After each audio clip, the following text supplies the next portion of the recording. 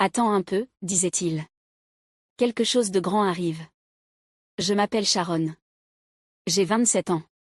Je vis seule dans une petite ville juste à l'extérieur de Denver, dans une maison que j'ai rénovée de mes propres mains. Je dirige une petite entreprise de design d'intérieur, ce n'est pas glamour, mais c'est stable. Calme, comme la plupart de ma vie. Ma famille ne m'appelle plus vraiment Sharon. Quand ils parlent de moi, si jamais ils parlent de moi, c'est généralement juste « ta sœur » ou « elle ». Parfois, je me demande si je me suis estompée, ou s'ils m'ont floutée exprès. Alors quand maman a appelé 2 semaines avant mon anniversaire, j'ai cru que c'était un appel accidentel. Mais c'est elle qui a parlé en premier. « Salut, ma chérie. Je pensais juste. C'est quel jour, ton anniversaire, cette année ?» Je lui ai répondu, le 14 juin. Comme toujours. Elle a émis un petit bruit, presque un rire. « Eh bien, garde ta journée libre, d'accord ? Ne prévois rien. Il y a quelque chose en préparation. » Je lui ai demandé quel genre de « quelque chose ». Elle s'est contentée de dire. « Tu verras. C'est quelque chose de grand. » 3 jours plus tard, mon frère aîné Zach m'a envoyé un message. « Libère ta journée. Tu vas aimer ce qui arrive. » Il était temps. Zach ne m'écrit pas d'habitude. Pas à moins qu'il ait besoin d'un conseil déco pour son appart ou d'une idée de cadeau de dernière minute pour maman. Mais cette fois, il ne demandait rien. Il semblait juste être dans la confidence, ce qui m'a fait hésiter. Ma famille ne fait pas de surprise d'anniversaire. Pas pour moi. Pas depuis la fac, vraiment. Après mes 22 ans, ils ont même cessé d'essayer. Il y a eu cette année où ils ont envoyé un texto de groupe à minuit, 2 émojis, sans même signer. L'année où ils m'ont dit qu'ils feraient quelque chose plus tard, et ce plus tard n'est jamais venu. Et pourtant, cette fois, ça semblait différent. Comme s'ils planifiaient vraiment quelque chose ensemble. Et j'avais envie d'y croire. Alors j'ai annulé ma visite de chantier ce jour-là, refusé un dîner avec une amie. J'ai même acheté un petit gâteau pour moi au chocolat, avec une fleur en sucre sur le dessus, dans la même boulangerie où mon père s'arrêtait quand j'étais enfant. J'ai nettoyé la cuisine, allumé une bougie, mis 2 assiettes sur la table, pas parce que je pensais que quelqu'un viendrait, juste au cas où. J'ai mis les boucles d'oreilles en perles que ma grand-mère m'avait offertes à mes 16 ans, et j'ai attendu. À midi, j'avais déjà actualisé mes messages 5 fois. À 14 heures, j'avais commencé à vérifier les réseaux sociaux de Zach, juste pour voir.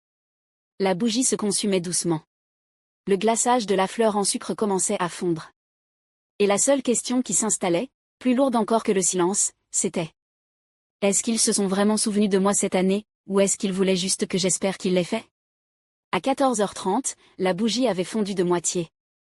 La fleur en sucre s'affaissait un peu. J'ai déplacé l'assiette, en me disant que j'attendrais le dîner. J'ai laissé la table dressée pour 2. Je me suis dit, peut-être qu'ils prévoyaient quelque chose pour le soir. Peut-être un appel vidéo de groupe. Une livraison surprise. Ou même un message qui commencerait par « ferme les yeux ». Je n'y croyais pas vraiment, mais je n'arrêtais pas d'espérer non plus.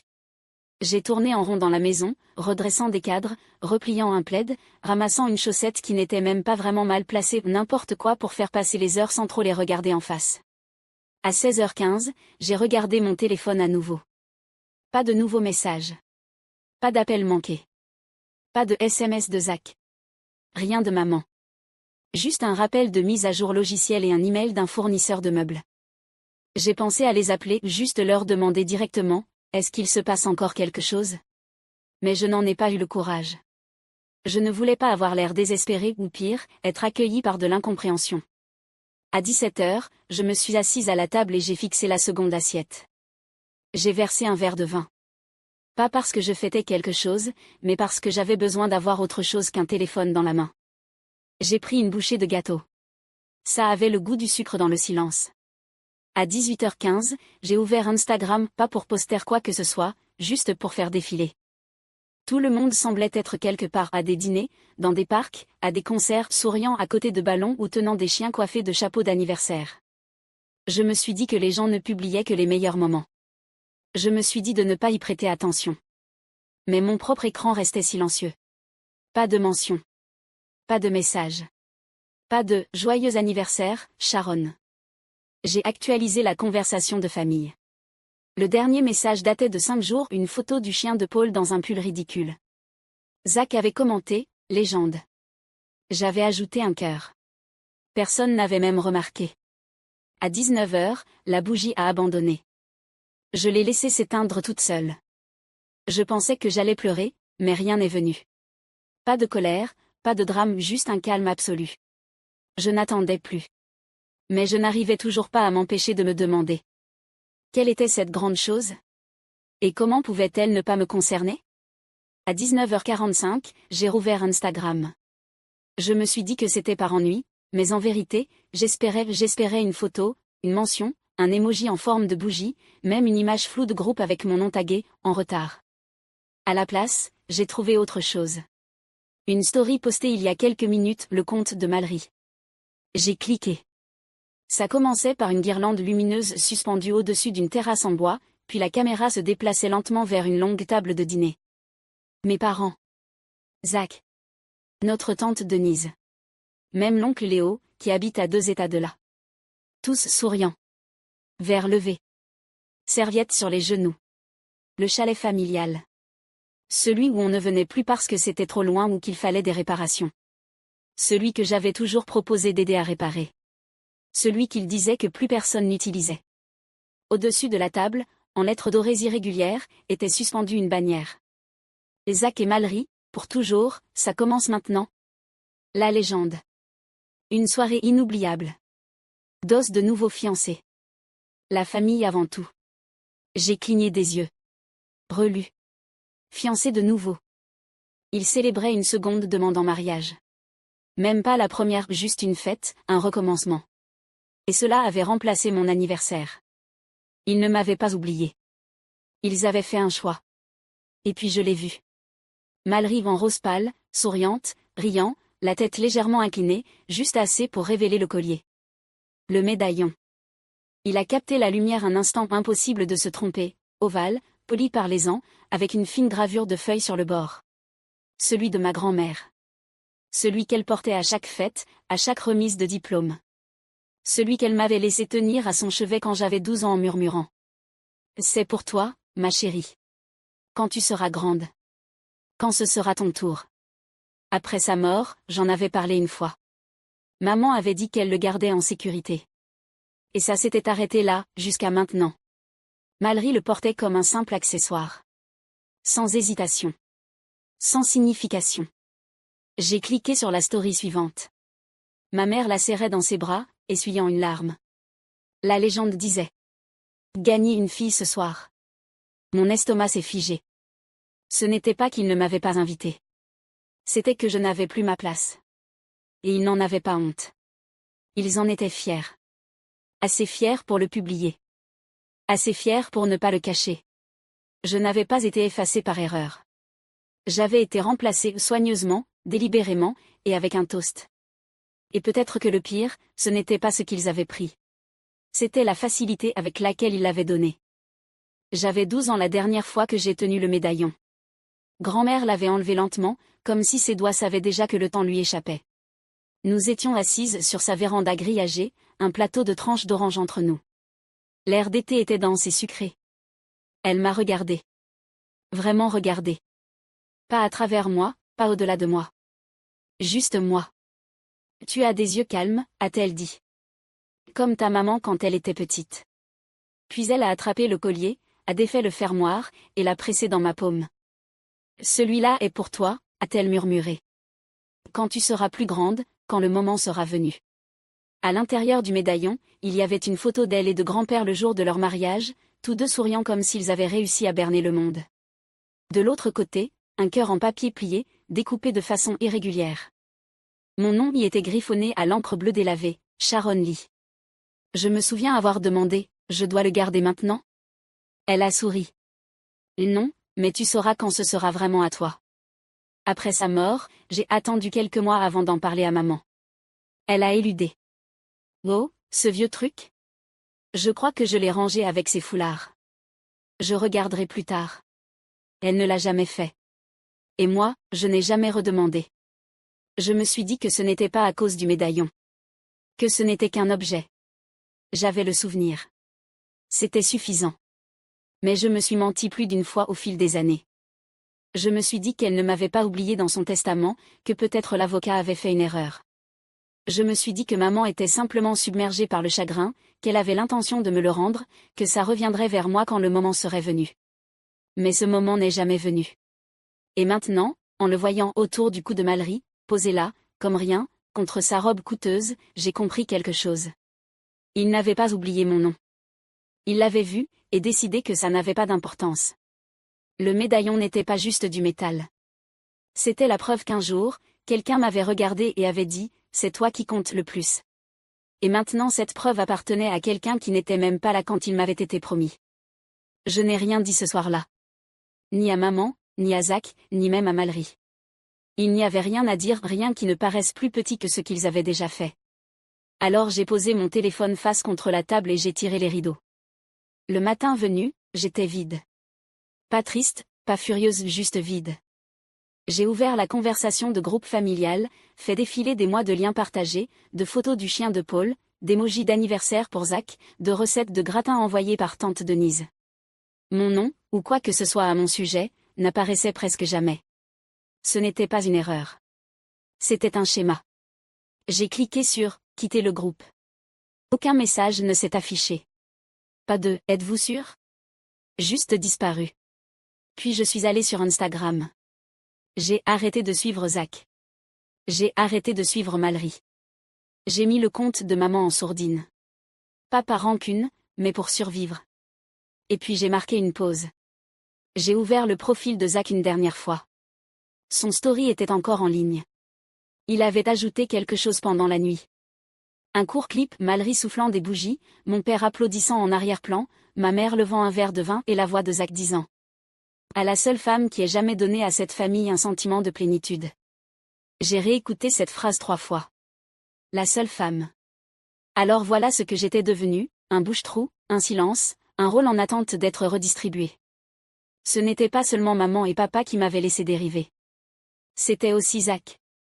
Le même frère qui avait construit avec moi un pont en Lego pendant 3 jours d'affilée. Le même Zach qui m'avait appelé après sa première rupture, en me demandant si la tristesse était censée ressembler à la fin. Il avait dit « bloque ta journée », et il avait utilisé cette journée pour célébrer quelqu'un d'autre. Pas d'excuses, pas d'explications, juste l'effacement. J'ai fermé l'application. Cet après-midi-là, j'ai rangé dans une boîte la dernière photo encadrée que j'avais de nous 4. Elle avait été prise au chalet avant Mallory, avant le silence. Je l'ai enveloppée dans du papier journal et glissée au fond du placard. Je ne l'ai pas supprimée, mais je n'avais plus besoin qu'elle soit exposée. Ce soir-là, je n'ai pas allumé de bougie. Je n'ai pas vérifié mon téléphone. J'ai regardé le ciel s'assombrir lentement par la fenêtre et j'ai laissé le silence s'installer. Pas le silence d'être oublié, mais celui d'avoir enfin cessé d'attendre. Et la question qui résonnait sans cesse, celle que je n'avais pas osé poser jusque-là. Si c'est ce qu'ils font quand ils disent qu'ils m'aiment, qu'est-ce qu'ils feraient si je ne demandais plus rien? Le message est arrivé 3 jours plus tard. Ce n'était pas maman. Ni papa d'ailleurs. C'était Zach. Yay, j'ai vu que t'avais quitté le groupe. Tout va bien? Je suis restée longtemps à fixer l'écran. C'était le genre de texto qu'on envoie quand on connaît déjà la réponse, mais qu'on espère que l'autre va mentir pour que ce soit plus facile. Je n'ai pas répondu. 4 heures plus tard, un autre bip. Écoute, je comprends que tu sois contrarié. Mais on peut juste parler? Mallory ne voulait pas mal faire. Maman non plus. Toujours aucune réponse. Le lendemain, il a appelé. J'ai laissé sonner 2 fois. Puis il a renvoyé un texto. T'es ma sœur. Ça doit bien vouloir dire quelque chose, non? J'ai failli rire. Pas parce que c'était drôle, mais parce que ça sonnait comme une réplique d'une série à laquelle aucun de nous ne croyait plus. À la fin de la semaine, maman a envoyé un mail. Salut ma chérie. Tu nous as manqué le week-end dernier. Tout s'est décidé à la dernière minute. J'espère que tu vas bien. On se voit bientôt. Aucune mention de mon anniversaire. Aucune excuse. Même pas un « désolé, on a oublié ». Juste du néant, bien poli. Mais l'objet du message est resté dans ma tête. Toujours la famille. Toujours comme malgré tout, comme s'ils avaient accompli quelque chose de noble en pensant à moi, ne serait-ce qu'un instant.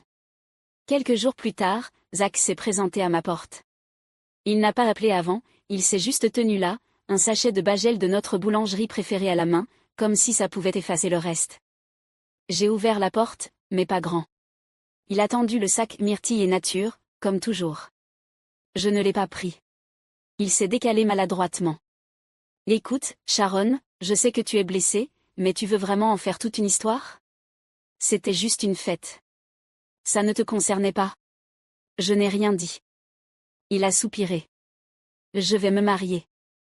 On ne pourrait pas éviter de commencer tout ce truc de division, là, maintenant? Voilà, c'était ça. La demande. Pas pour comprendre, pas pour réparer, juste pour avoir la paix.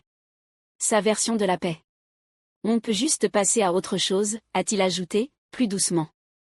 Je l'ai regardé alors pas comme mon frère, mais comme quelqu'un qui avait choisi un camp et avait besoin que je n'en fasse pas un problème. J'ai dit la seule chose dont je savais qu'il ne discuterait pas. Je n'essaie pas de gâcher quoi que ce soit, Zach. Je ne fais juste plus semblant. Il a hoché la tête, comme si ça réglait l'affaire, comme si j'avais accepté le silence. Mais je ne l'avais pas fait. J'avais juste accepté d'en avoir fini. Je ne suis pas allée à la fête prénuptiale. Je n'ai pas répondu. Je n'ai pas réagi au faire-part qu'une cousine de Mallory avait envoyé, avec ses clippers pastel et ses points d'exclamation forcés. Je n'ai pas été surprise qu'il m'invite. Ça donnait bonne impression, ça gardait les choses propres. Sur le papier, ça prouvait qu'il n'y avait pas de rancune. Je l'ai laissé dans ma boîte mail, non ouvert, jusqu'à ce qu'il expire. Une semaine plus tard, maman a appelé. Cette fois, j'ai décroché. Ma chérie, a-t-elle dit comme si de rien n'était, tout le monde t'a cherché. Je suis restée silencieuse. Zach a dit, tu es encore fâchée. On ne voulait pas t'exclure. Les choses se sont juste enchaînées vite. Tu sais comment c'est. J'ai failli dire, je sais exactement comment c'est. Mais je ne l'ai pas fait, parce que le silence parle plus fort quand les gens attendent des excuses. Puis elle a demandé. Tu viendras au mariage, au moins? C'est important pour ton frère. Je n'ai pas répondu tout de suite. J'ai regardé autour de ma maison, cet espace que j'ai construit, cette vie que j'ai construite sans eux, et j'ai réalisé quelque chose que je n'avais pas pu dire avant. J'étais là, ai-je finalement dit. Vous ne m'avez juste pas regardé. La ligne est devenue silencieuse. Pas coupée, juste creuse. Maman a raclé sa gorge. Ce n'est pas vrai, ma chérie. Mais ça l'était. Et elle le savait. Je n'ai rien ajouté. Je n'ai pas raccroché. J'ai juste laissé le silence s'étirer entre nous jusqu'à ce qu'elle marmonne. Bon, tiens-moi au courant. Clic. Je suis restée là longtemps. Pas de rage, pas de chagrin, juste de l'immobilité. Pas l'immobilité de l'attente, l'immobilité d'en avoir fini. J'étais là. Vous ne m'avez juste pas regardé. Une semaine avant le mariage, j'ai emballé le médaillon. Pas dans une boîte cadeau, pas dans du papier de soie, juste une enveloppe blanche ordinaire, du genre qu'on utilise pour les factures ou les convocations au tribunal. J'ai glissé le médaillon à l'intérieur, encore chaud de ma paume. Pas de mots, pas de carte, juste le collier. Je suis allée moi-même à la poste. Le guichetier a demandé si je voulais un suivi. J'ai dit non. J'ai écrit l'adresse à la main. Mallory Green. C.O. Zachary West. Puis je l'ai envoyé. Pas d'expéditeur, pas de nom, juste le médaillon allant exactement là où il pensait qu'il devait aller. Je n'avais plus besoin de le récupérer. Je n'avais pas besoin qu'il comprenne. J'avais seulement besoin qu'il sorte de ma maison. Ce dimanche-là, j'ai reçu un dernier message de Zach. C'est toi qui as envoyé ça? Je n'ai pas répondu. Il n'y avait plus rien à clarifier. Ce soir-là, j'ai décroché la dernière photo de ma famille qui pendait encore dans le couloir. Je l'ai remplacée par quelque chose que j'avais encadré il y a des années mais jamais accroché à un croquis simple que j'avais fait à la fac. Une chaise dessinée au fusain, légèrement décalée, dans une pièce vide. Une seule chaise. Inoccupée. Immobile. Je l'ai accrochée bien droite, j'ai reculé et j'ai regardé. Un rappel. J'étais là. Je suis restée à table longtemps après qu'on ait débarrassé ma place. Ils ne prononceraient pas mon nom au mariage. Ils ne porteraient pas de toast en mon honneur dans leur discours. Ils ne remarqueraient peut-être même pas que l'enveloppe était arrivée. Mais ils sauraient. Quelque part, profondément, sans mots, ils sauraient. J'ai tout vu. Je me suis souvenu. Et j'ai choisi de laisser la porte ouverte derrière moi pas pour pouvoir revenir, mais pour qu'ils sachent que je n'en avais pas besoin. Si un jour tu es parti en silence, juste pour qu'il ressente ce silence plus fort.